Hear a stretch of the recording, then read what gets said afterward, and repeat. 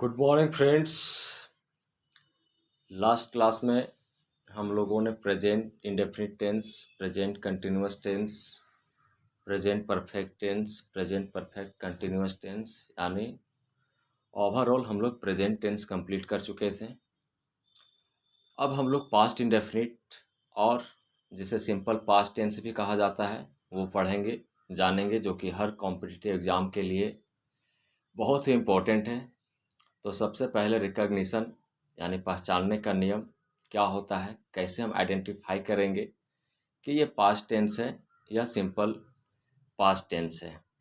When a Hindi sentence last with ता था, ती थी, ते थे, आ या ए etc is called past indefinite tense. जब भी किसी हिंदी वाक्य के अंत में आपको ता था, ती थी, ते थे, आ या ए इस तरह का कोई भी वर्ड दिख जाए तो समझ जाइए कि वो पास्ट इंडेफिनिट टेंस का वाक्य है। अब पास्ट इंडेफिनिट टेंस क्या होता है? It shows N indefinite action of past time. Past time का इनडेफिनिट एक्शन को शो करता है। इनडेफिनिट एक्शन मतलब क्या होता है? वैसा एक्शन जो डेफिनिट ना हो, वैसा एक्शन जो निश्चित ना हो, इनडेफिनिट हो यानी अनिश्चित हो, तो उस प्रकार के इनडेफिनिट एक्शन को शो करता है। मतलब पास्ट में कोई काम होता था, लेकिन कब होता था, क्यों होता था, कैसे होता था, इसके बारे में स्पष्ट पता ना चले तो उसे पास्ट इंडेफिनिट टेंस कहते हैं। Okay. It shows N indefinite action of past time. It shows past habitual action, और पास्ट के हैबिट को भी बताता है कि कोई काम पास्ट में होता था। ठीक है, ऐसे कोई पास्ट में डेली कोई काम किया करता था, पास्ट में कोई उसका हैबिट रहा था, उस चीज़ को भी बताता है। It shows past habitual action. अब हम लोग वन बाय वन इसके सारे टाइप को जानेंगे। जैसे नंबर वन अफर्मेटिव सेंटेंस, फिर negative sentence, interrogative sentence, WH word. पहला स्ट्रक्चर जानेंगे अफर्मेटिव सेंटेंस का। अफर्मेटिव सेंटेंस का स्ट्रक्चर होता है subject plus V2 plus object. V2 that means second form of the verb. Rahul played chess. Rahul हमारा subject हो गया, प्लेड प्ले का V2 हो गया, और चेस ऑब्जेक्ट हो गया। तो राहुल प्लेड चेस, राहुल शतरंज खेलता था। तो ये हमारा अफर्मेटिव सेंटेंस का एग्जाम्पल हो गया, राहुल प्लेड चेस। नेक्स्ट है नेगेटिव सेंटेंस।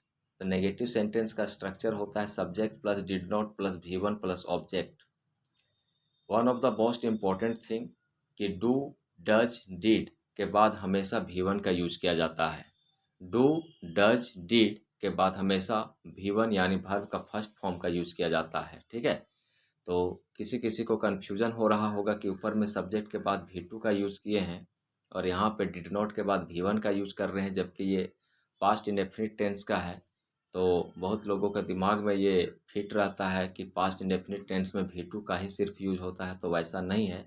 जब भी डू, डज या डिड आ जाए तो उसके बाद हमेशा V1 का ही यूज किया जाता है, क्योंकि डिड खुद अपने आप में V2 है। ठीक है, जैसे डू का फिफ्थ फॉर्म होता है do, did, done, doing, does.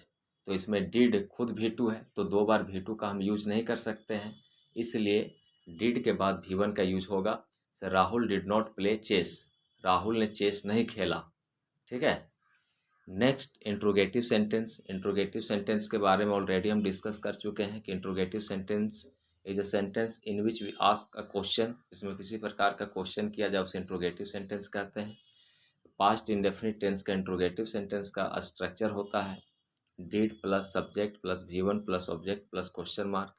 Interrogative sentence में हम लोग सबसे पहले हेल्पिंग वर्ब का यूज करते हैं। ठीक है, तो प्रेजेंट टेंस में हेल्पिंग वर्ब यूज करने में थोड़ा कन्फ्यूजन हो रहा था, सिंगुलर प्लूरल देखना पड़ रहा था, उसके अनुसार डू या डज लगाना पड़ता था, लेकिन इसमें कोई कन्फ्यूजन नहीं है, सब में डिड ही लगेगा।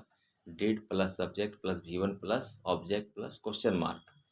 डिड राहुल प्ले चेस, क्या राहुल ने चेस या शतरंज खेला। उसके बाद हम लोग लास्ट WH वर्ड देखेंगे। WH वर्ड का क्या WH वर्ड को डबल इंट्रोगेटिव सेंटेंस भी कहा जाता है, ये चीज़ भी ध्यान रखिएगा। तो सबसे पहले WH वर्ड का यूज करेंगे, उसके बाद did plus subject plus V1 plus object plus question mark. तो why did you go there, तुम वहाँ क्यों गए, तुम वहाँ क्यों गए। तो इस प्रकार आज हम लोगों ने पास्ट इंडेफिनिट टेंस का बेसिक हम लोगों ने जाना। इसके बाद हम एडवांस लेकर के चलेंगे नेक्स्ट क्लास में। यदि आप फर्स्ट टाइम हैं तो चैनल को लाइक और सब्सक्राइब कर लीजिए। और ये लेक्चर हर कॉम्पिटिटिव एग्ज़ाम के लिए बेनिफिशियल है, चाहे वो सीटेट हो, चाहे वो BPSC TRE 4 हो, चाहे CGL हो, चाहे किसी भी प्रकार का कोई भी एग्ज़ाम हो। Okay, thank you.